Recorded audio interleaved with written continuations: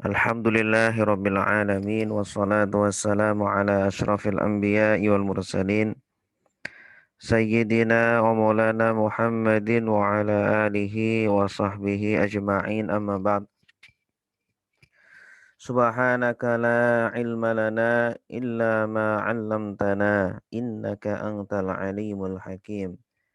Wa tub 'alaina innaka antat tawwabur rahim. Rabbi shrah li sadri wa yassir li amri wahlul 'uqdatam min lisani yafqahu qawli.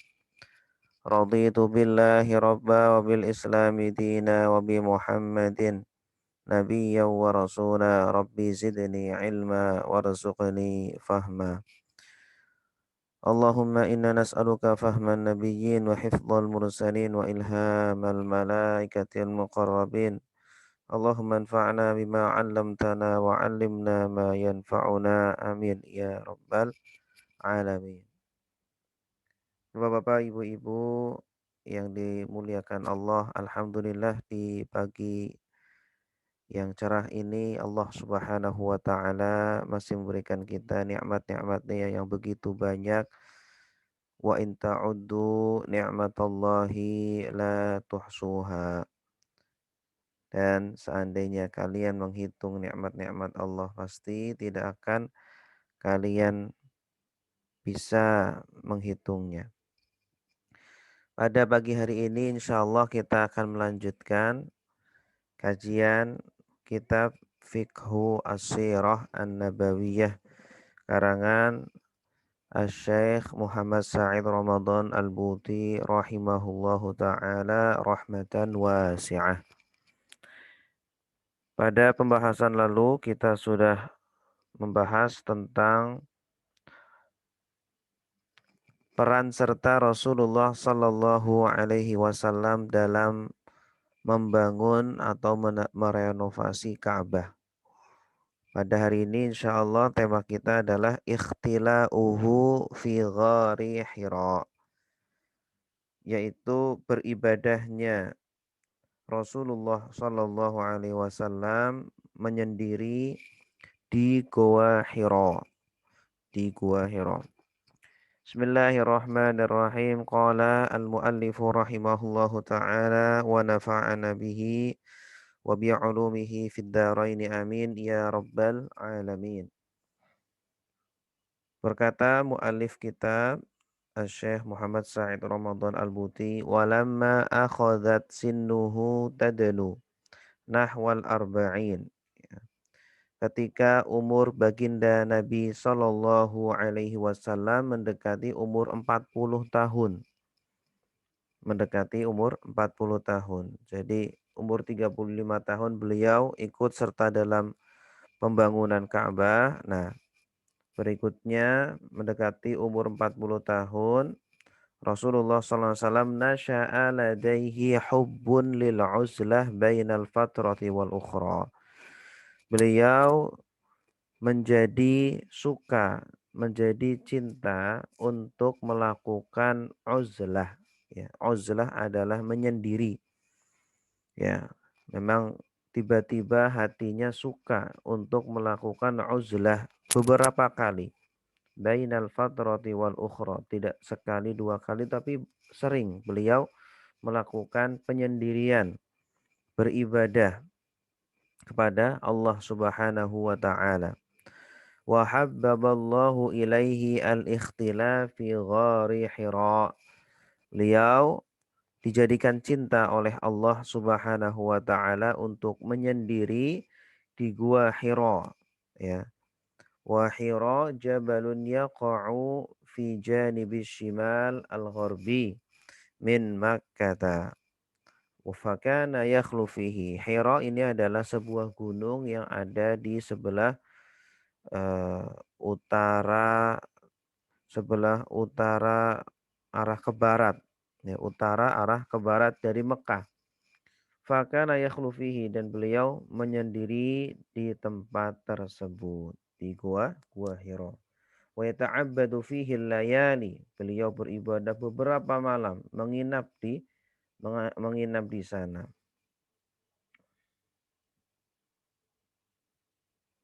Dzawatil adad, beberapa hari. Fataratan asyra wa taran aktsaru min dzalika ila syahrin. 10 hari bahkan lebih, bahkan sampai satu bulan.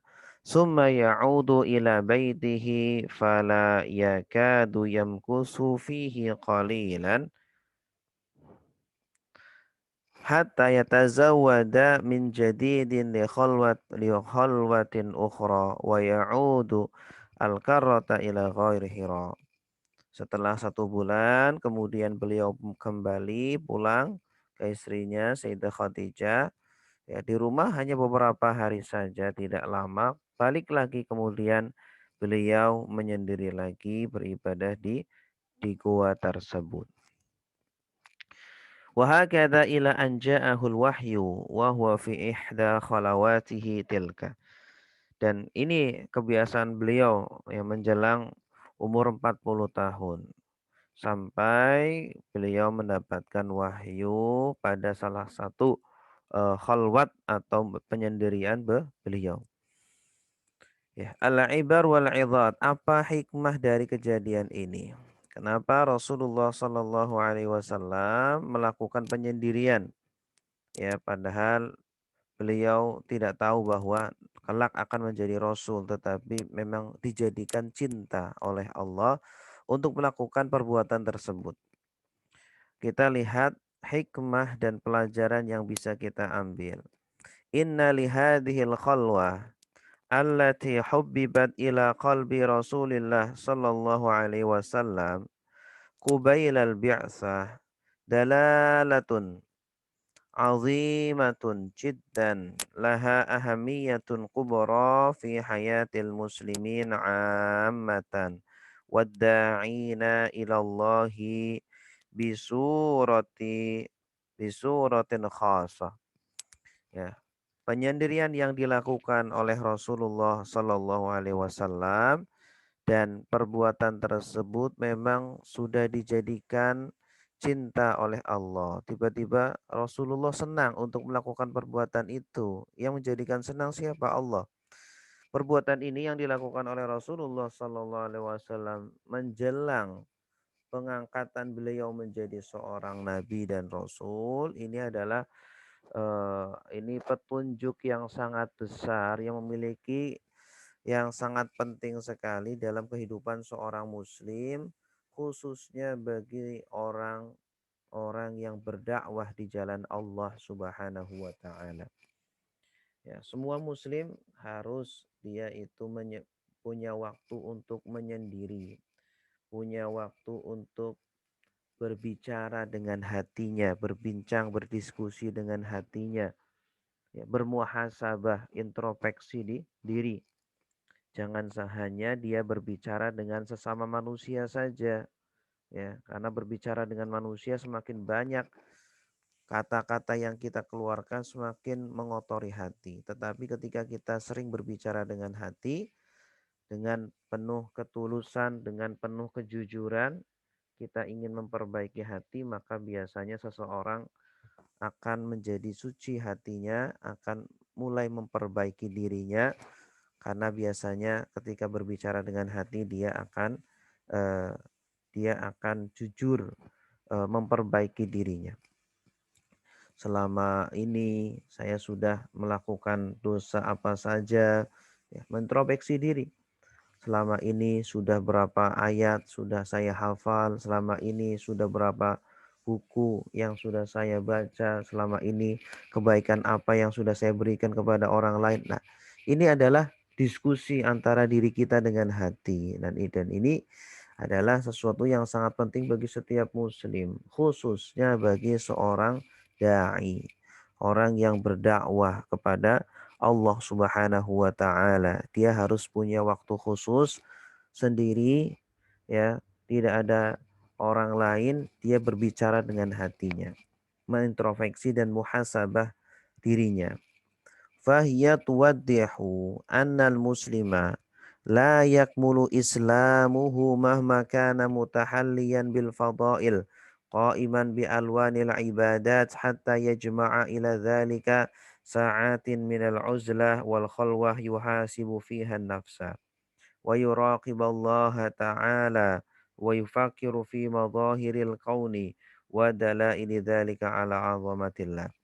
Nah, ini menunjukkan bahwa sebaik apapun seorang muslim akhlaknya, ya, sebaik apapun ibadahnya, sebaik apapun sholatnya, atau sebaik apapun ilmunya tentang agama, ya, sebanyak apapun ibadahnya. Namun kalau dia tidak pernah melakukan khalwah, tidak pernah melakukan penyendirian, muhasabah dirinya, ya, maka itu semuanya tidak ada apa-apanya. Itu semuanya tidak bermanfaat, itu semuanya tidak berguna bagi dia, ya. Jangan-jangan ibadah-ibadah yang dia lakukan masih ada riaknya. Jangan-jangan ibadah-ibadah yang dia lakukan masih banyak salah-salahnya. Salah pada niatnya atau salah dalam rukun syaratnya atau yang lain sebagainya. Maka seorang muslim, khususnya seorang dai, harus memiliki waktu khusus setiap harinya untuk muhasabatun nafsi, untuk merasa tidak ada yang melihat kecuali Allah Subhanahu wa taala. Memikirkan tentang ciptaan-ciptaan Allah yang sangat-sangat besar, yang sangat luas, dan dan memikirkan tentang dirinya juga, tentang perbuatan-perbuatan yang selama ini dia lakukan, ibadah yang dia lakukan apakah sudah diterima oleh Allah atau jangan-jangan belum, maksiat-maksiat yang dia lakukan jangan-jangan itu akan memasukkan dia ke dalam neraka, seperti itu. Hada wa fi haqqi ayyi muslimin yuridu li nafsihi al-islam as-sahih. Fakaifa biman yuridu an yadha'a nafsahu mawdi'ad da'i ila Allah wal mursyid ila tariqil haq.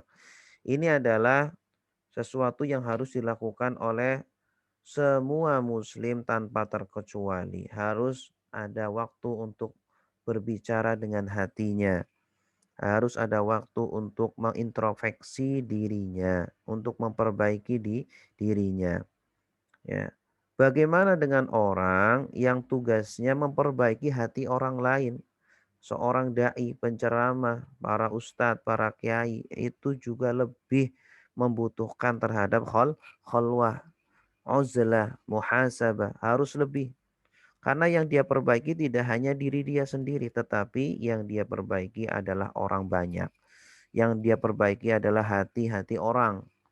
Ya, artinya hati dia juga harus bersih dulu. Diri dia juga harus baik dulu sehingga dia bisa memperbaiki orang-orang lain. Nah, Rasulullah SAW adalah seorang manusia yang akan diangkat menjadi rasul, akan menjadi nabi, akan menjadi dai, pengajak orang untuk berbuat baik. Maka di sini Allah Subhanahu wa taala persiapkan hati Rasulullah, persiapkan diri Rasulullah agar mengintrospeksi dirinya, memikirkan tentang kemahabesaran dan kekuasaan Allah, menyendiri, berbincang, berdiskusi dengan hatinya sehingga ketika sudah baik hatinya maka mudah pula baginya untuk bisa memperbaiki hati orang lain. Wa hikmatu dzalika anna lin nafsi afatin la yaqta'u syarrataha illa dawa'ul uzlah 'anil nas. Nah, hikmahnya adalah di dalam hati kita, hati manusia itu ada penyakit-penyakit yang tidak bisa diobati kecuali dengan beruzlah. Tidak bisa diobati kecuali dengan berkholwah, dengan menyendiri, dengan berdiskusi dengan hati, dengan introspeksi di diri gitu. Tidak bisa diobati dengan ibadah, tidak. Tidak bisa diobati dengan ilmu, tidak. Ya, hanya bisa diobati dengan menyendiri. Ya, mungkin kita sombong, ya. Penyakit sombong ada di dalam hati. Kita tahu mungkin oh, ini perbuatan sombong, tetapi karena nafsu sudah mengalahkan kita, ya, sehingga tetap kita tidak bisa menghilangkan penyakit sombong ini. Ilmunya sudah ada, kita punya ilmu bahwa Allah benci dengan orang yang sombong. Hadis-hadis Rasulullah juga sama menjelaskan, ya, Allah benci dengan orang-orang yang sombong. Tapi dia tidak terobati dengan ayat dan hadis-hadis itu.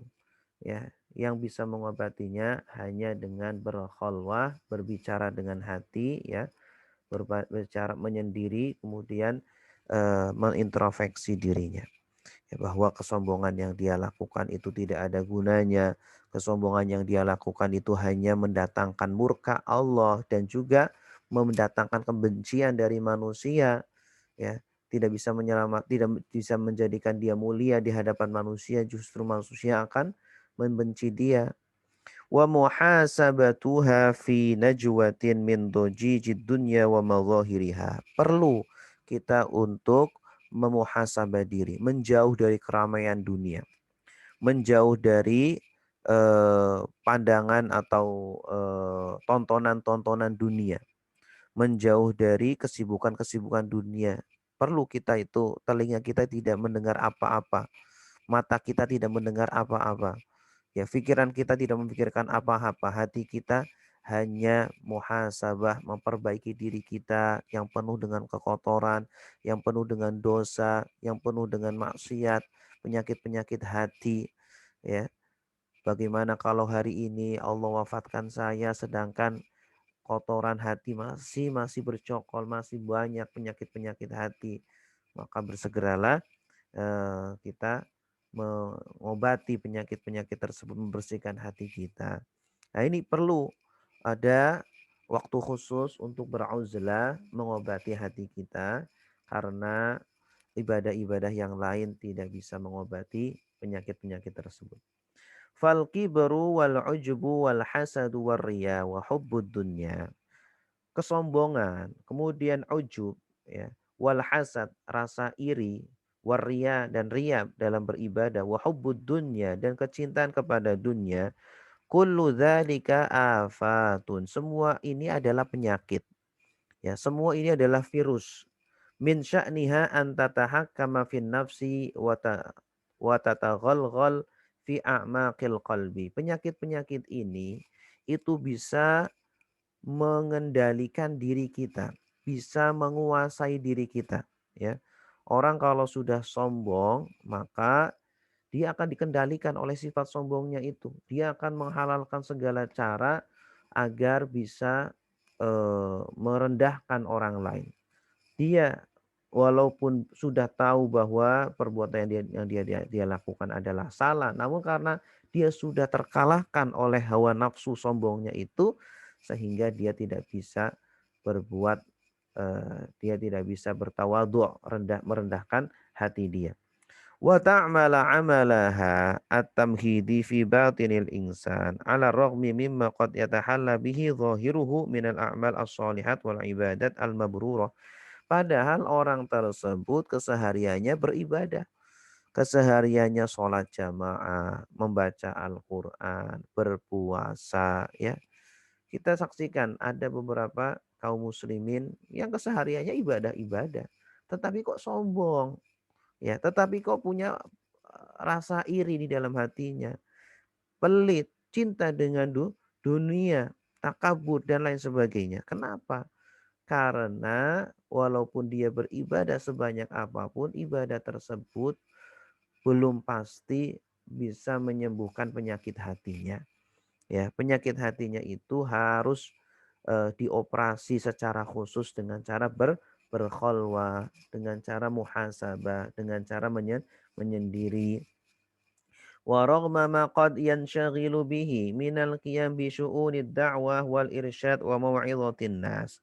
Walaupun dia itu tugasnya malah justru berceramah, tugasnya adalah memberikan nasihat, memberikan tausiah, mengajar agama, ya. Tetapi dengan berceramah tersebut tidak bisa menjadikan dia itu orang yang paling suci hatinya, menjadikan dia orang yang paling baik hatinya, tidak. Yang bisa menjadikan baik hatinya semakin sedikit demi sedikit dibersihkan hatinya itu adalah dengan muhasabatun nafsi, dengan mengintrospeksi dirinya. Jangan-jangan ceramah-ceramah yang dia lakukan dengan ria untuk mendapatkan imbalan, untuk mendapatkan pujian. Jangan-jangan ibadah yang dia lakukan hanya untuk kesenangan dunia saja, bukan untuk mendapatkan ridho dari Allah Subhanahu wa taala. Walaysa li hadhil afati minad dawa illa an yakhtaliya sahibuha baina kulli fatratin wa ukhra ma'a nafsihi liyata'ammala fi haqiqatiha wa munsyi'iha wa mada hajatiha ila inayatillahi ta'ala wa taufiqihi fi kulli lahzatin min lahadzatil haya. Ya. Penyakit-penyakit ini, penyakit sombong, iri, dengki, ujub, ya, cinta kepada dunia itu semuanya adalah penyakit yang tidak ada obatnya kecuali harus menyendiri, harus berkholwah, beruzlah, ya, harus muhasabatun nafsi, ya, harus merenungi tentang hakikat dunia ini, ya. Dia dari mana, dia ada di mana, harus ngapain, di tempat ini harus ngapain, kemudian dia akan kemana. Dia harus berpikir, memikirkan itu semuanya. Setelah dia tidak ada di dunia ini, dia akan kemana. Dia harus memikirkan itu semuanya. Siapa yang menciptakan dia, siapa yang memberi rizki dia, ya. Itu dia harus memikirkan itu semuanya. Wa mada hajatiha ila inayatillah wa taufiqih. Dan dia juga harus memikirkan betapa dia itu sangat membutuhkan perlindungan dari Allah, sangat membutuhkan perhatian dari Allah, sangat membutuhkan taufik, pertolongan dari Allah pada setiap detiknya.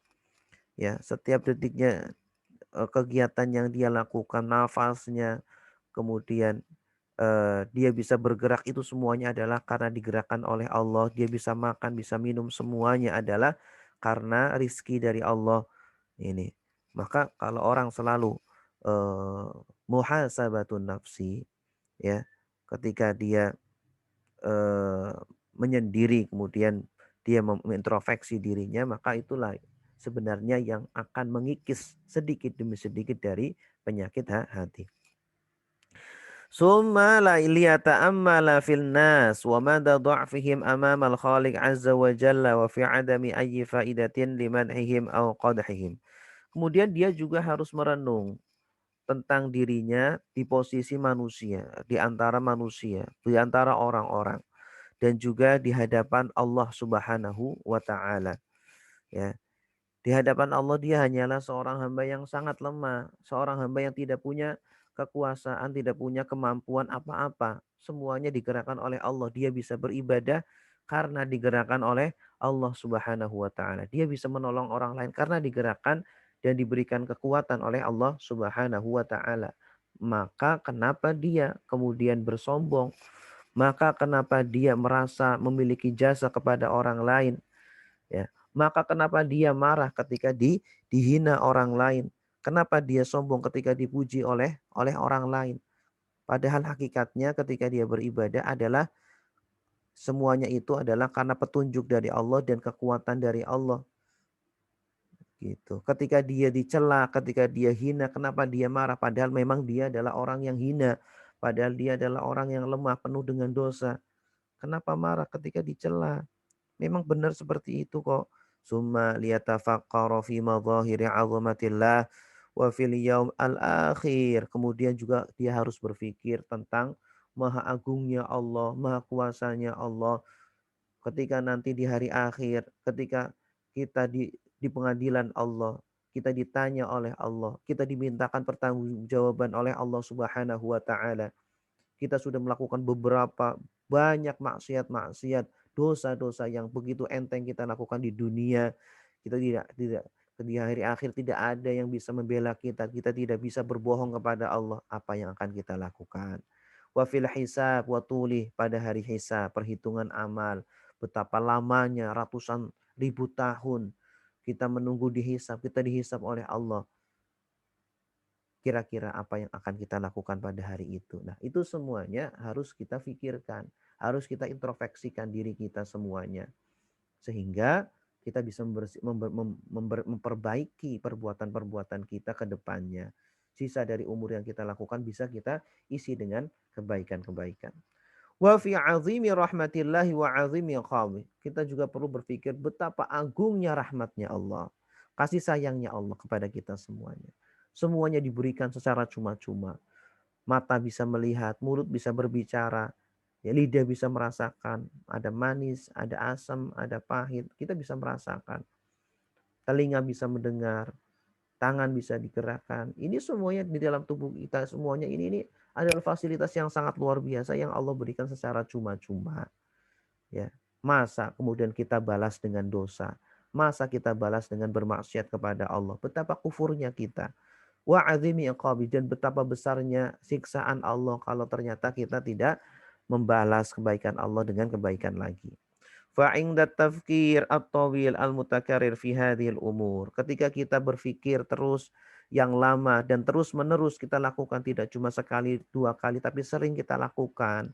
Kita berikan waktu khusus setiap harinya ya untuk berpikir menyendiri, hanya kita dengan Allah saja, kita dengan hati kita, maka tatasa kotil kal afat allahikoh, maka sedikit demi sedikit akan mengikis penyakit-penyakit tadi, penyakit sombong, penyakit iri, cinta kepada dunia, penyakit dengki, penyakit ujub, penyakit ria, ya beribadah hanya mengharapkan imbalan di dunia ini, hanya mengharapkan pujian dari manusia, semuanya akan terkikis sedikit demi sedikit. Wa yahyal qalbu, hati pun akan hidup. Sedikit demi sedikit hati akan hidup. Ya, akan menyinari binuril irfan wassofa, dengan cahaya irfan, pengetahuan, wasofa, dan kecerahan. Fala yabqa li'aqrid dunya min sabilin ila taqdiri mir'atihi. Maka kotoran-kotoran dunia tersebut tidak akan bisa mengotori hati kita, tidak bisa mengeruhkan hati kita. Gitu, ya. Tapi dengan cara kita lakukan terus-menerus, sering kita lakukan dalam waktu yang lama, insya Allah hati kita sedikit demi sedikit akan semakin bersih dan semakin suci. Wa syai'un akharu lahu balighul ahamiyah fi hayatil muslimina 'amatan wa arbabid da'wa khasatan. Huwa tarbiyatu mahabbatillahi azza wa jalla fil qalbi. Selain itu, berkhalwah atau beruzlah, menyendiri, berbincang dengan hati kita itu juga memiliki urgensi yang sangat penting dalam kehidupan setiap muslim secara umum, dan secara khusus adalah para da'i, para pengajak penyeru kepada Allah. Yaitu apa? Melatih diri kita, mendidik diri kita, hati kita untuk cinta kepada Allah Subhanahu wa taala. Bagaimana tidak cinta kepada Allah sedangkan seluruhnya Allah berikan kepada kita semuanya. Kita bisa berbicara sekarang itu karena Allah. Kita bisa bernafas, menarik, kemudian menghembuskan nafas, menarik, menghembuskan nafas. Jantung bisa berdetak sendirinya. Itu semuanya adalah sayangnya Allah. Itu adalah semuanya pemberian dari Allah secara cuma-cuma.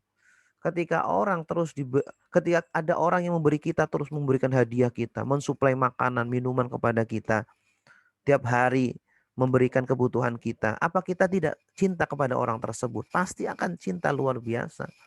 Kita cinta kepada orang tua kita, bapak ibu kita, karena setiap karena jasa-jasa yang banyak sekali mereka berdua berikan kepada kita. Nah, bagaimana dengan Allah yang jasanya jauh melebihi dari jasa kedua orang tua kita, yang sayangnya jauh lebih menyayangi kepada kita. Masa kita tidak cinta kepada Allah sih? Masa kita biasa-biasa saja sama Allah sih? Ya. Fahuwa manba'ut tadhiyah wal jihad wa asasi kulli da'watin muta'ajjijatin sahihah. Dan cinta kepada Allah ini, ketika seseorang sudah cinta kepada Allah, sudah jatuh cinta kepada Allah, maka itu adalah sumber dari pengorbanan dia. Dia mau berkorban untuk agama ini, dia mau berkorban untuk berjihad, ya, mentaruhkan nyawanya, ya, mempertaruhkan nyawanya, mengorbankan nyawanya, ya, memperkorbankan waktunya, memperkorbankan hartanya, semuanya dia mau korbankan ketika dia sudah cinta kepada Allah, sudah cinta kepada agama Islam. Namun kalau di dalam hatinya belum ada cinta kepada Allah, masih ada cinta kepada dunia, masih dipenuhi dengan penyakit-penyakit hati, maka sedikit pun dia tidak bisa berkorban untuk Allah, untuk agama agama ini gitu. Dan inilah yang ditanamkan Rasulullah SAW kepada para sahabat, yang ditanamkan kepada murid-murid Rasulullah, cinta kepada Allah, ya. Sehingga ketika para sahabat sudah cinta kepada Allah, cinta kepada Rasulullah, maka nyawa pun dipertaruhkannya, ya. Nyawa pun dipertaruhkannya. Mereka berangkat di medan perang, perang Badar, perang Uhud, perang Khandaq, semuanya mereka ikuti. Mereka tidak takut kepada mati. Mereka korbankan semuanya, hartanya, keluarganya, nyawanya pun mereka korbankan karena sudah ada cinta kepada Allah Subhanahu wa taala. Wa mahabbatullahi ta'ala la ta'ti min mujarradil iman al-aqli bihi. Cinta kepada Allah itu tidak datang dari keimanan yang berasal dari pikiran, dari akal saja. Ya, ketika kita belajar tauhid, bagaimana kita bisa mengimani bahwa Allah itu ada, Allah itu esa, Allah itu qudrah, dan lain sebagainya. Itu kita belajar melalui akal, dalil-dalil akal. Oh, Allah itu ada karena alam semesta ini ada. Nggak mungkin alam semesta ini ada yang begitu tertata, yang begitu rapi, tanpa ada yang menciptakan. Pasti ada yang menciptakan. Nah, kalau ini kita berdiskusi dengan hati, dengan pikiran, ya. Ini berdiskusi dengan akal pikiran. Berbeda. Orang berdiskusi dengan akal pikiran belum tentu bisa menjadikan cinta kepada Allah. Ya, berdiskusi dengan akal pikiran, orang-orang kafir pun berdiskusi dengan akal pikiran, ya, yang menjadikan mereka kemudian eh, tahu, memiliki wawasan yang luas, yang bisa jadi mereka menjadi masuk Islam, bisa jadi. Tetapi banyak orang yang sudah pintar, sudah profesor, tetapi tidak masuk Islam, ya. Nah, begitupun seorang muslim ketika hanya mengedepankan akal pikirannya saja untuk beriman kepada Allah, itu tidak sampai ke dalam hati, tidak selalu sampai kepada hati, walaupun bisa juga. Tapi tidak selalu sampai ke dalam hati sehingga menjadikan dia cinta kepada Allah, menjadikan dia kemudian taat, rajin tunduk kepada Allah, rajin beribadah, ya, taat tunduk kepada Allah. Tidak. Dengan akal saja tidak cukup. Fal umur al aqliyah wahduha ma kanat yauman ma litu asiro fil awatif wal qulub. Karena perkara-perkara yang bersifat akal pemikiran ini, bersifat rasio, logika, itu tidak memberikan pengaruh, ya. Tidak memberikan pengaruh kepada hati dan perasaan, ya.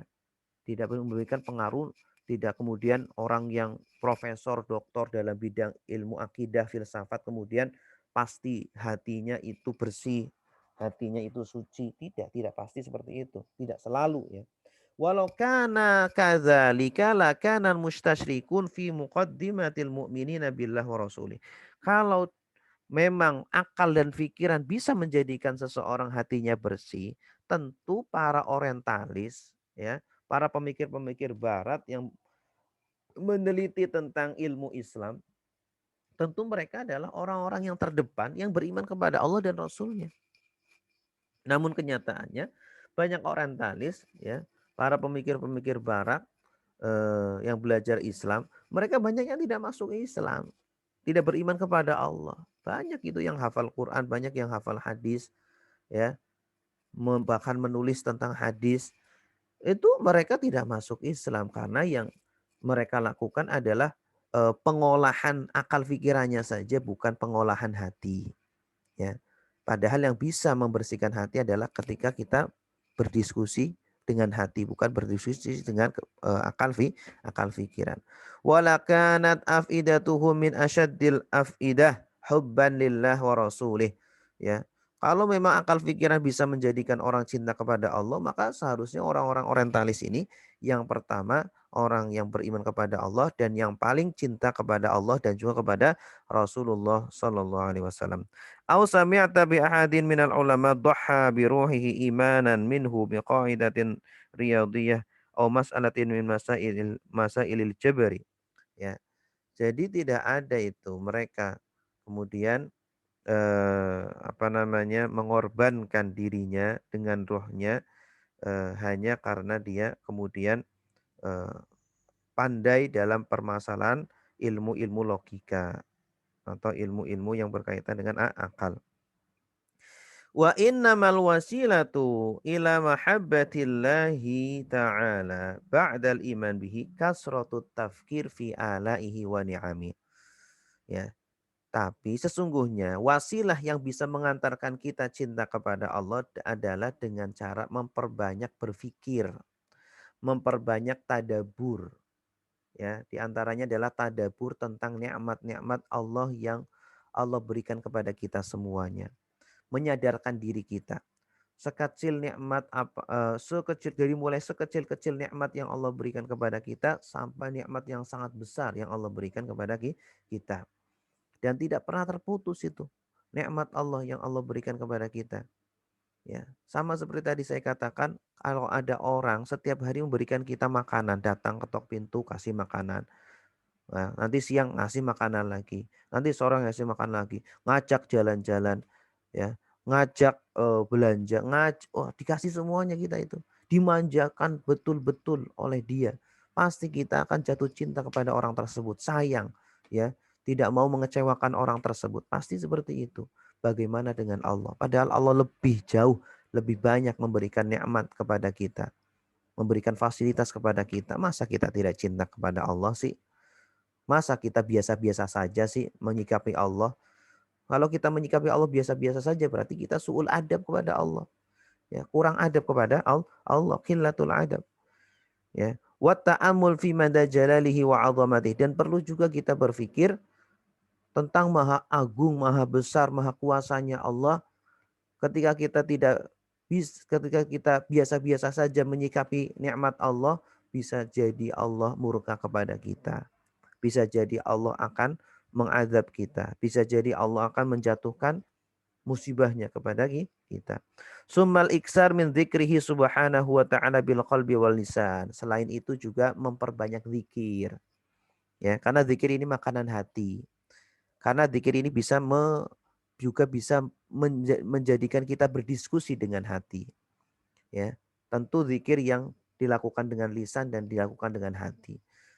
Ketika kita mengucapkan astagfirullah, astagfirullah, itu benar-benar dihadirkan kita banyak dosanya, kita banyak salahnya. Ya Allah, maafkan kami ya Allah. Kami melakukan ini ya Allah, kami melakukan itu ya Allah, kami melakukan dosa ini padahal Engkau sudah baik sekali kepada kami ya Allah. Itu terus dihadirkan di dalam hati. Nah, itulah justru yang akan bisa membersihkan hati kita dari penyakit-penyakit hati tadi. Ya. Allahu Akbar, Allahu Akbar, Allahu Akbar, Alhamdulillah, Alhamdulillah. Itu benar-benar dirasakan dan seperti kita sedang berbicara dengan hati.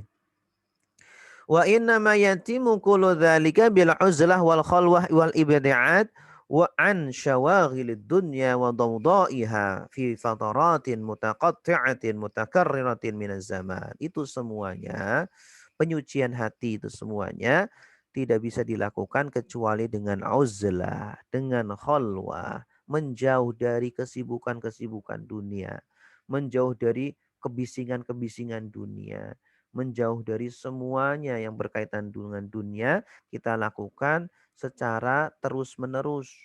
Ya, jangan sekali dua kali saja tapi terus-menerus, sering ya, yang lama seperti itu. Fa idza qamal muslimu bidzalika wa tuhayyi'u lahu ada'a hadhil wadhifa. Ya, kalau seorang muslim melakukan hal itu, memberikan waktu khusus untuk melakukan itu, ya, nabadat lahu min dzalika fi qalbihi mahabbatun ilahiyah, maka akan tumbuh sedikit demi sedikit di hatinya rasa cinta kepada Allah Subhanahu wa taala, ya. Rasa cinta. Ketika dia sudah cinta kepada Allah, maka ringan untuk melakukan ibadah. Bahkan dia rindu untuk terus melakukan ibadah lagi. Ya. Taj'aluhu yastasghiru kulla azim. Menjadikan dia itu mengecilkan semua yang kecil. Ya, dunia kecil, pekerjaan kecil, harta yang begitu banyak kecil. Yang besar hanya Allah Subhanahu wa taala. Wa yahtaqiru kulla mughriyatin minal mughriyat, semua godaan-godaan. Ayo, kamu mau nggak uang sekian? Kamu mau nggak jabatan ini? Kamu nggak mau nggak ketika mau dikorupsi kasih 1 triliun? Mau nggak dia? Nggak mau. Itu kecil sekali ya, dibandingkan Allah Subhanahu wa taala. ketika digoda wanita cantik untuk berbuat zina, nggak mau, itu nggak ada apa-apanya itu. Karena cintanya kepada Allah Subhanahu wa taala mengalahkan itu semuanya. Wa yastahinu bikulli idza'in wa 'adzabin. Ketika dia dihina, ketika dia disiksa, ketika dia ya di apa namanya? di dibuat marah oleh orang lain, nggak apa-apa ya. Seumpama dia dihina, "Oh, kamu jelek, kamu orangnya ini itu dan sebagainya." Nggak apa-apa, memang saya jelek, memang saya penuh dengan kesalahan, memang saya penuh dengan kekurangan, nggak apa-apa, silakan hina gitu.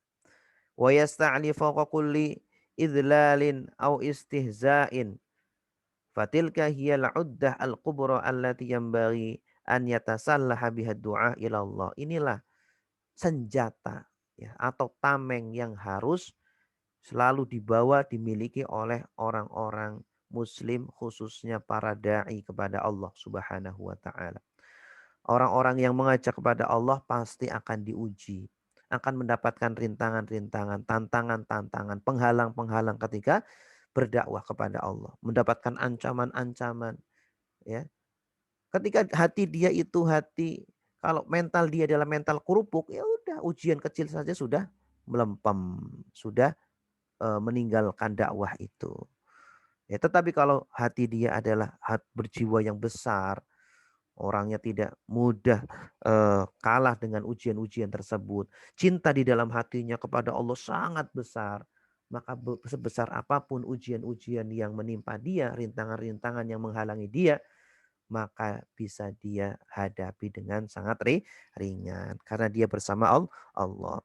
Wa tilka hiyal 'uddah allati jahhazallahu biha habibahu Muhammadan sallallahu alaihi wasallam liyaquma bi'a'ba'i ad-da'watil islamiyah. Dan inilah modal dan bekal yang Allah siapkan untuk nabinya, untuk Nabi Muhammad sallallahu alaihi wasallam, sebelum Nabi Muhammad akan mengemban dakwah Islam ini. Sebelum Nabi Muhammad akan mendapatkan ujian-ujian, mendapatkan rintangan-rintangan, mendapatkan siksaan-siksaan dari orang-orang kafir, orang-orang yang menghalangi dakwah Rasulullah Shallallahu Alaihi Wasallam. Maka kita lihat nanti Rasulullah ketika berdakwah, walaupun ditolak oleh keluarganya, ditolak oleh tetangga atau lingkungannya, masyarakatnya, tetapi beliau tetap tegar.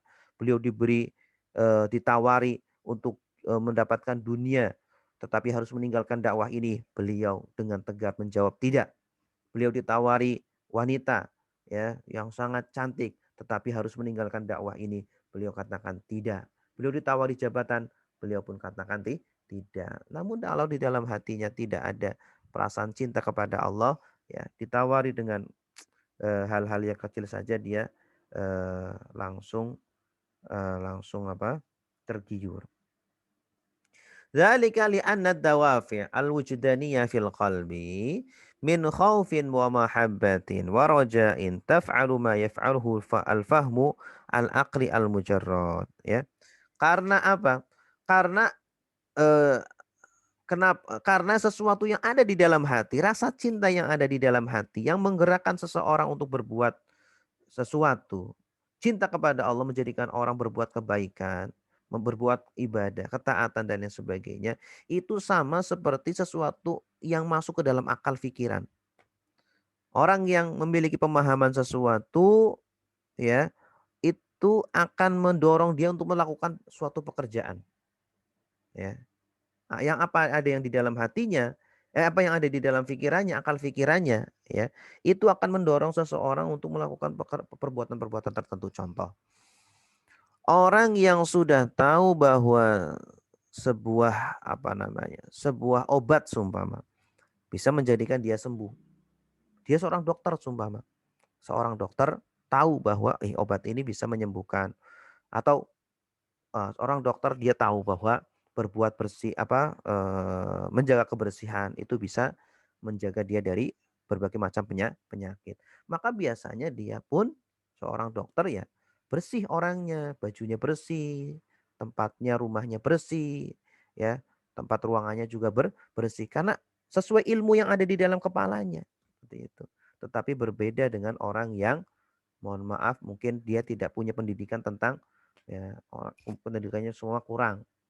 Biasanya dia tidak peduli dengan kebersihan, tidak peduli dengan kerapian, tidak peduli dengan kedisiplinan. Kenapa? Karena yang ada di dalam pikirannya pun seperti itu, tidak ada tentang hal tersebut. Sehingga dia tidak takut dengan penyakit, tidak takut dengan virus ya. Karena keterbelakangan pikirannya itu. Seperti itu. Walaqad ajada asy-Syatibi rahimahullah taala hinama farraqa fi hadhihi dawafi baina 'amatil muslimin alladziina dakhalu fi riqbatit takalif. Nah, kita langsung ke sini saja.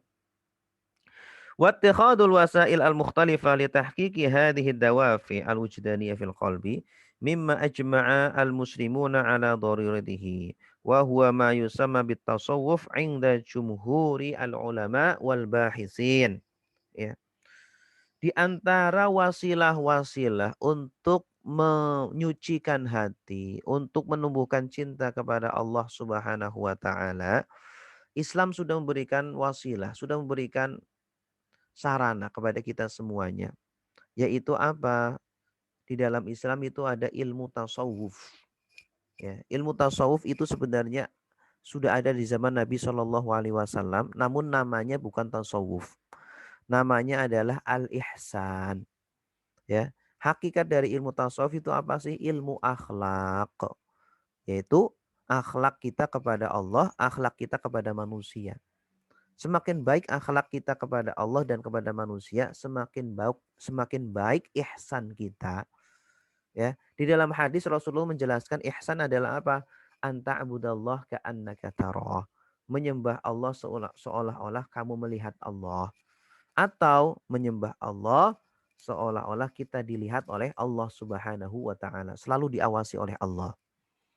Ya, dimanapun kita berada, kita merasa diawasi oleh Allah Subhanahu wa taala, maka mustahil orang yang selalu diawasi oleh Allah, ya, baik zahir ataupun hatinya, mustahil dia berbuat maksiat.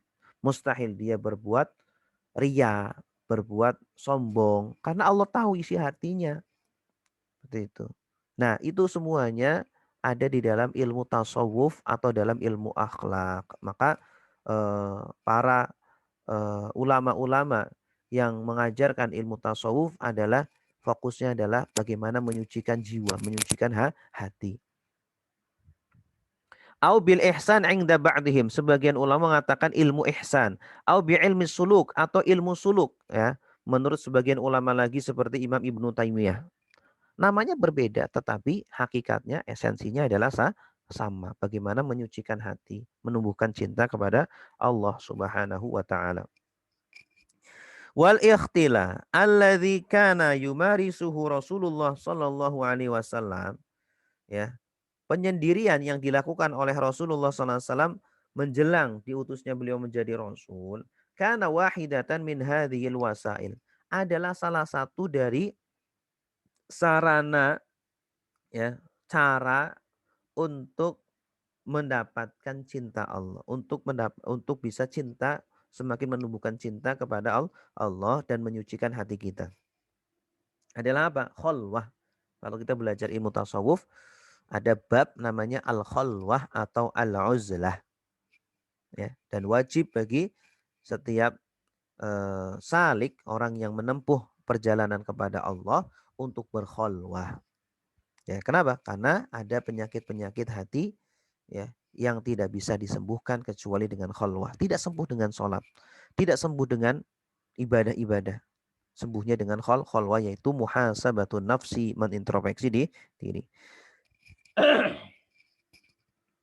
Baina annahu la yanbaghi an yufhama ma'na al-khalwah kama syadzal al-ba'du fahimuha hasba syudzudhihim wa huwa al-insiraf al-kulli 'anil nas wattikhadil kuhuf wal jibal mautinan wa'tibaru dzalika fadilatan bihaddi dzatiha.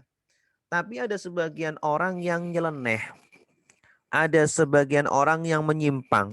Ya, mungkin dari orang-orang tasawuf ada yang menyeleneh, ya.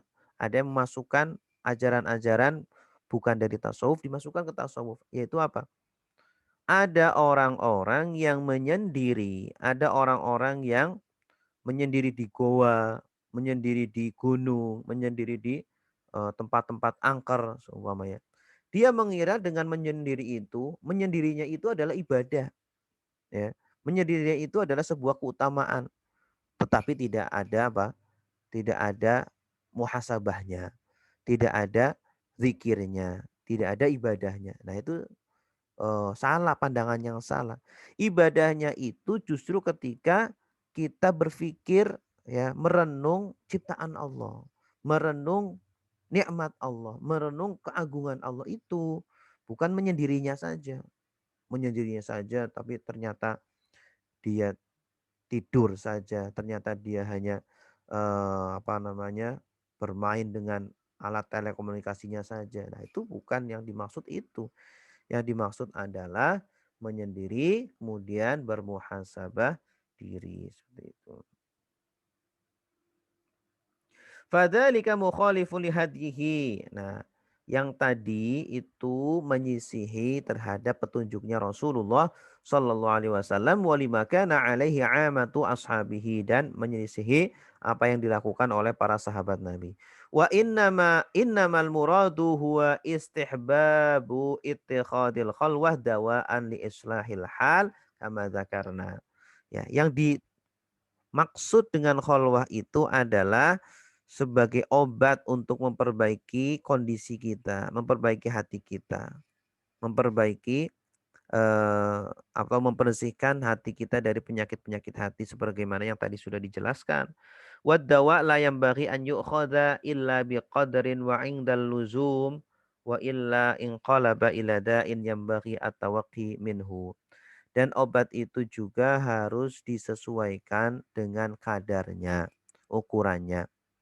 Jangan kemudian kita khulwah tapi kebanyakan sehingga kita meninggalkan kewajiban kita sebagai seorang suami, tidak bekerja, tidak memberikan nafkah kepada anak dan istri. Ini salah. Ya, khulwah perlu, tetapi juga kita harus memperhatikan kewajiban kita, jangan sampai terbengkalai gitu. Wa idza ra'aita fi tarajimin sholihin man istamarra 'alal khalwah wal ibti'ad 'anil nas famaraddu dzalika ila halatin khassah wa laysa 'amaluhu hujjatan 'alan nas. Kalau kita melihat orang-orang soleh yang berkhalwah, ya, menjauh dari manusia, ya, secara penuh, full menjauh dari manusia, itu karena mungkin mereka sudah memberikan bekal kepada istrinya, sudah izin kepada istrinya, atau mungkin memang mereka tidak punya istri, dia punya keluarga, ya silakan silakan saja. Tapi kalau dia punya istri, punya kewajiban untuk memberikan nafkah, ya harus memperhatikan kewajiban itu dulu, kewajiban memberikan nafkah kepada keluarganya dulu gitu. Ya, tinggal nanti atur waktunya kapan dia harus berkholwah, kapan dia untuk keluarganya. Wallahu a'lam bishawab. Demikian Bapak Ibu yang bisa kami sampaikan berkaitan dengan fikih sirah nabawiyah. Ya, pada intinya pada potongan sejarah ini ketika Rasulullah Shallallahu Alaihi Wasallam berkholwah atau beruzlah, ya, dalam rangka untuk muhasabatun nafsi, mengintrospeksi dirinya, ya, agar membersihkan hatinya, ya, dan itu semuanya adalah Allah yang menggerakkan hati Rasulullah. Allah menjadikan hati Rasulullah cinta dengan kholwah. Ya, terkadang ada sebagian kita, ya, yang dijadikan cinta kepada Al-Quran. Kamu kenapa sih baca Al-Quran kok sehari bisa sampai 5 juz, bisa sampai 4 juz, kok bisa sih? Terkadang jawaban kita apa? Terkadang kita katakan, "Nggak tahu, saya kok jadi senang banget kalau baca Quran tuh nggak tahu," gitu. Ada orang yang seperti itu. Nah, kalau kita pernah merasakan seperti itu, mengalami kejadian seperti itu, maka bersyukurlah. Berarti Allah menaruh cinta di dalam hati kita, cinta kepada Al-Quran. Makanya salah satu doa yang perlu kita panjatkan adalah Allahumma habib ilainal iman wa ta'ah. Ya. Ya Allah, jadikanlah kami cinta kepada iman dan ketaatan. Wa karrih ilainal kufra wal isyan, dan jadikanlah hati kami benci kepada kekufuran dan kemaksiatan. Karena ada orang-orang yang condong, yang cinta kepada kemaksiatan. Ya, berat untuk meninggalkan kemaksiatan. Selalu rindu kepada kemaksiatan. Ada orang-orang yang seperti itu. Orang-orang yang rindu ingin bermaksiat, rindu ingin melihat tontonan-tontonan yang tidak dibolehkan, rindu untuk mendengarkan ghibah, untuk mendengarkan gosip, senang, nikmat gitu. Ada orang yang seperti itu. Nah, namun ada orang-orang yang dijaga. Dia tidak suka kalau ada orang yang berghibah, benci, ingin segera pergi dari kumpulan-kumpulan seperti itu. Ketika ada berita yang miring tentang seseorang, langsung dia lewatin saja, lewatin saja, lewatin saja. Tidak dia baca. Begitu. Nah, jadi selalu kita panjatkan doa kepada Allah Subhanahu wa taala agar dijadikan cinta di dalam hati kita kepada kebaikan-kebaikan. Cinta kepada para ulama, cinta kepada ilmu, cinta kepada Al-Qur'an, cinta kepada ibadah dan lain sebagainya. Wallahu a'lam bishawab. Sekarang silakan Bapak Ibu yang ingin bertanya, kita kasih kesempatan untuk bertanya. Baik, ada pertanyaan yang pertama. Ada nggak pertanyaan? Tanya Ustaz. Ya, silakan Pak. Ya, alhamdulillah, jazakallah Ustaz, luar biasa materinya pagi ini yang menyentuh hati dan sangat luar biasa. Jadi 3 aja Alhamdulillah. pertanyaannya Ustaz, pendek-pendek aja. Eh, yang bagusnya dibaca ketika berkhalwat, terus setelah itu di mana kita bagusnya tempat berkhalwat dan kapan waktunya yang tepat bagi kita untuk berkhalwat Ustaz. Ketiga itu aja Ustaz. Jazakallah Ustaz. Assalamualaikum warahmatullahi wabarakatuh. Waalaikumsalam warahmatullahi wabarakatuh. Pertanyaannya bagus sekali. Dari Pak Jas Firman. Ya Ustaz. Pertama, pertanyaannya apa yang harus kita baca ketika berkholwat ya? Betul Pak ya? Ya betul Ustaz, Ya. betul. Yang pertama yang ya berkholwat yang kita lakukan adalah berzikir. Ya, zikir yang paling utama diantaranya adalah kita minta maaf kepada Allah. Ya, kita mengakui kesalahan-kesalahan kita kepada Allah. Ya, kita bermunajat kepada Allah Subhanahu wa taala. Ya Allah, saya sudah berumur 50 tahun, tapi maksiat saya masih banyak, penyakit hati saya masih banyak, dosa-dosa saya masih banyak, ibadah saya masih sangat sedikit. Nah, ketika itu kita berpikir seperti itu sambil dengan istighfar, astagfirullah, astagfirullah, astagfirullah. Jadi mulut menjalankan istighfar, hati kita sambil mengakui kesalahan-kesalahan kita. Ya, lakukan 100 kali atau bahkan 1000 kali. Lakukan seperti itu, ya. Kemudian ditambah lagi dengan zikir-zikir yang lain dengan la ilaha illallah, la ilaha illallah, la ilaha illallah. Tambah lagi dengan sholawat, Allahumma sholli ala sayyidina Muhammad ya. Mungkin selama ini kita belum memberikan hak Rasulullah, kita belum mengikuti contoh-contoh dari Rasulullah, kita belum bisa membanggakan, membahagiakan Rasulullah. Kita banyak sholawat. Allahumma sholli ala sayyidina. Terus seperti itu ya. Sebenarnya nggak usah banyak-banyak. Cukup istighfar, kemudian sholawat, kemudian tahlil, la ilaha illallah. Kemudian setelah itu sisanya bisa dengan gunakan dengan membaca Al-Qur'an ya.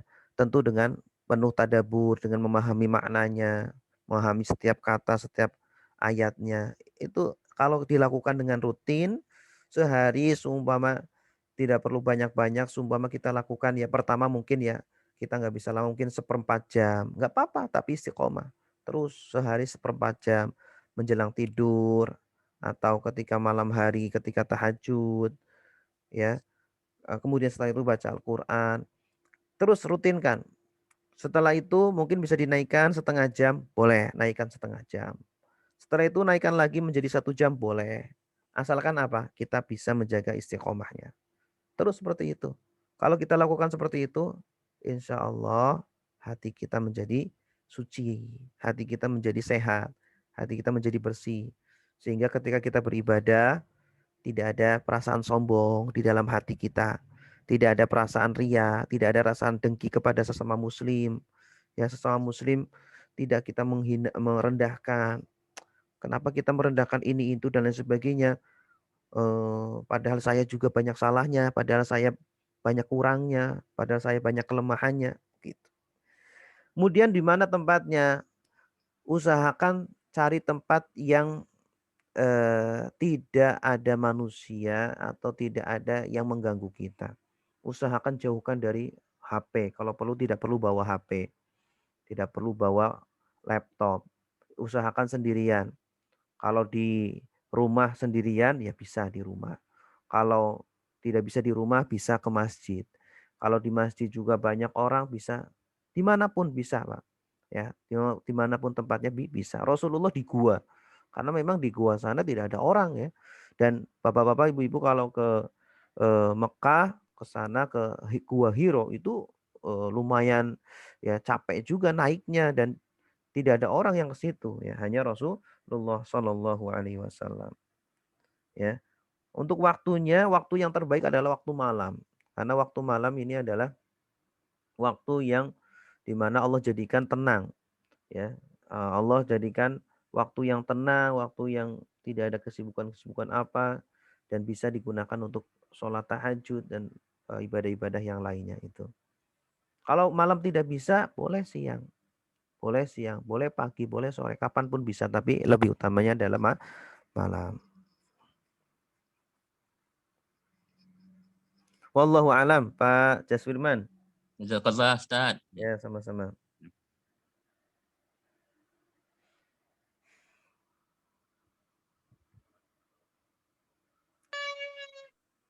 Silakan yang lain.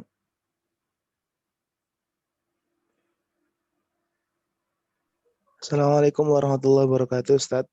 Waalaikumsalam warahmatullahi wabarakatuh. Dengan siapa di Nama mana? saya Fadhan Nur Rafi, Ustaz, dari Magetan. Magetan. Ya, silakan, Mas Farhan. Ya, mau tanya Ustaz, bagaimana hukum ketika kita mendapatkan amalan? Saya dulu kan pernah mondok, Ustaz. Bagaimana amalan dari kiai, misalnya amalan ini untuk menenang hati, ini untuk obat hati atau sakit hati, itu hukumnya bagaimana, Ustaz? Syukron, Ustaz. Ya. Assalamualaikum warahmatullahi wabarakatuh. Waalaikumsalam warahmatullahi wabarakatuh. Selagi amalan tersebut tidak mengandung syirik, tidak mengandung hal-hal yang bertentangan dengan agama, boleh silakan. Karena amalan-amalan atau doa-doa atau zikir-zikir itu ada yang berasal dari Al-Quran dan hadis. Ya. Kalau ada, maka pakailah itu, karena itu lebih lebih utama. Nah, namun kalau ada zikir-zikir buatan ulama, buatan kiai atau buatan ustadz, itu juga baik, ya. Itu juga baik. Kalau kita, karena terkadang para ulama ini punya punya pengalaman-pengalaman, ya. Ketika dia baca surat ini, surat Al-Fatihah semua setiap habis subuh dia baca semua 25 kali, ternyata bisa membuka pikirannya untuk bisa memahami Al-Quran. Seperti Imam Ibnu Taimiyah. Imam Ibnu Taimiyah itu setiap pagi, kalau tidak salah ya, saya agak lupa-lupa gitu. Setiap pagi setelah sholat fajar, sholat subuh, beliau itu biasa membaca Al-Fatihah beberapa kali, kalau tidak salah sampai 25 kali. Ternyata dengan kebiasaannya beliau seperti itu menjadikan beliau terbuka untuk memahami Al-Quran. Ya, membuka makna-makna yang terpendam, yang tersembunyi dari Al-Quran. Gitu.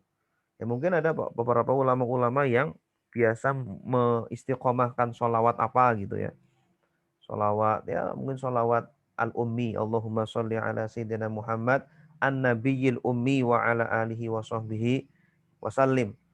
Dilanggengkan semua setiap sore semua atau setiap pagi habis subuh dia baca 100 kali. Ternyata ada apa namanya? Ada kebaikan-kebaikan yang dia dapatkan, ketenangan hati atau semakin memahami hadis-hadis Rasulullah itu adalah apa? Pengalaman atau mujarrobat dari para ulama. Boleh kita amalkan. Ya, boleh kita amalkan. Karena mustahil Rasulullah kemudian mengajarkan semuanya begitu ya. Jadi perintahnya kan secara umum. Ya ayyuhalladzina amanu shallu alaihi wasallimu taslima.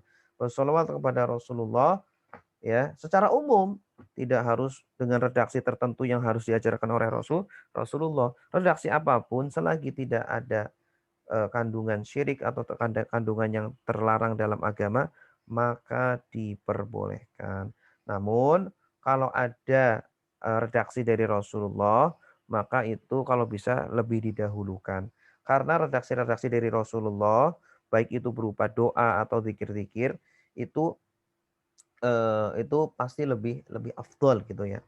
Lebih afdolnya itu tidak menjadikan yang lain haram, yang lain terlarang, tidak. Yang lain juga bagus, tetapi kalau ada yang dari Al-Quran atau hadis itu lebih didahulukan.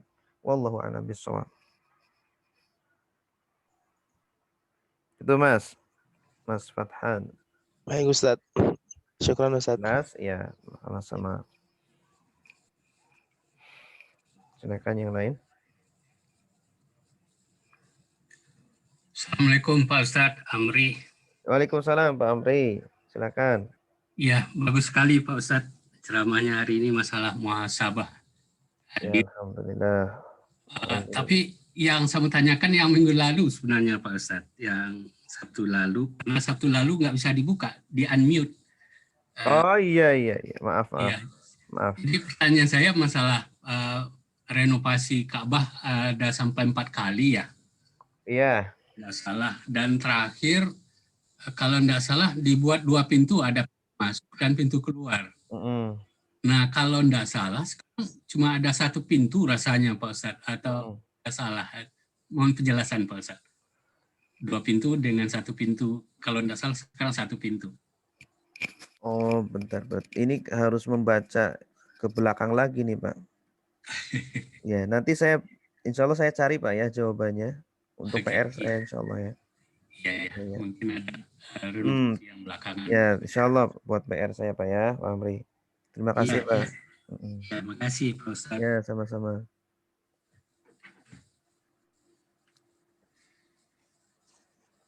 Silakan yang lain.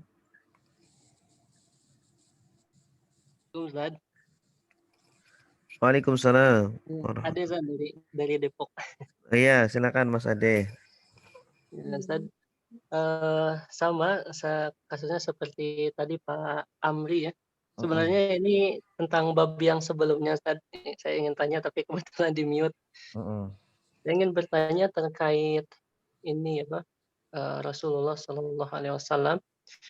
Kenapa ya Rasulullah Shallallahu Alaihi Wasallam sebelum diutus sebagai nabi pada usia 40 tahun nggak diangkat gitu Ustaz sama masyarakat Mekah untuk menjadi pemimpin.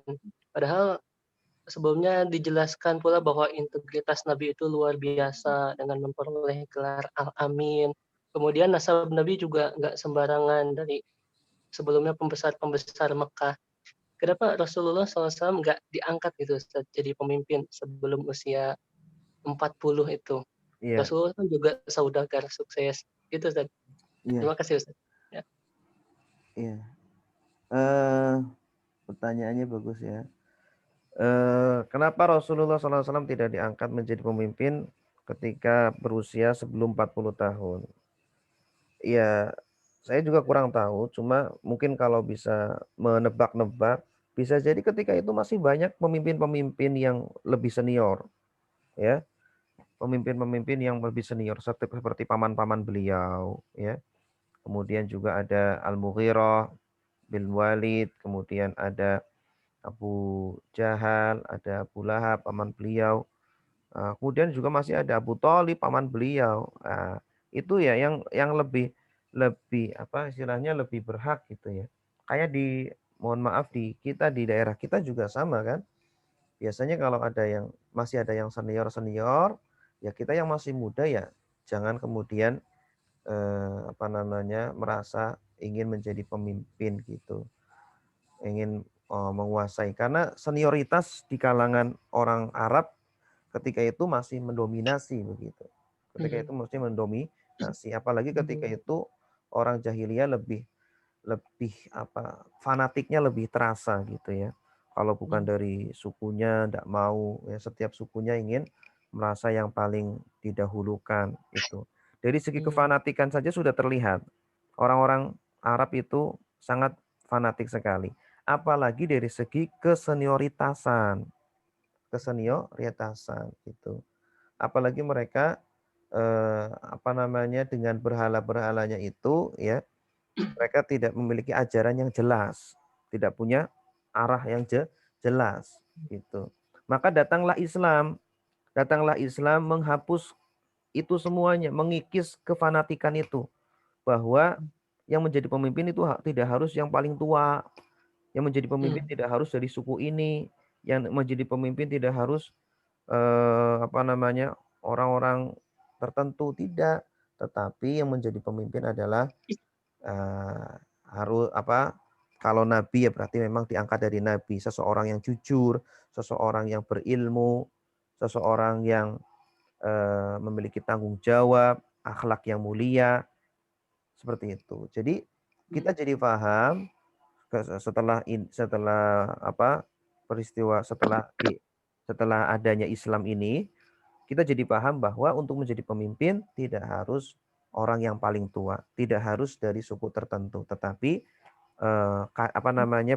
standarisasi kriteria menjadi pemimpin adalah orang yang memiliki kapabilitas, ilmu, ya, akalnya baik, akhlaknya mulia, walaupun usianya mungkin masih 40 tahun atau masih muda gitu. Seperti itu. Wallahu a'lam. Ya. Ya, terima kasih Ustaz. Ya, sama-sama.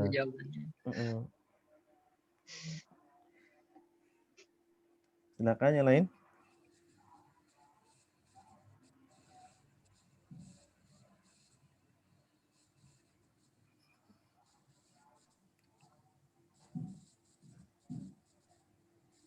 Ada lagi atau sudah? Baik, kalau sudah tidak ada pertanyaan lagi, kita akhiri sampai di sini. Insyaallah kita bertemu lagi hari Selasa. Kita tutup dengan doa kafaratul majlis. Subhanakallahumma wa bihamdika asyhadu an la ilaha illa anta astaghfiruka wa atubu ilaik. Wassalamualaikum warahmatullahi wabarakatuh. Waalaikumsalam warahmatullahi wabarakatuh. Jazakallah Ustaz. Terima kasih Ustaz. Terima kasih Ustaz. Ya.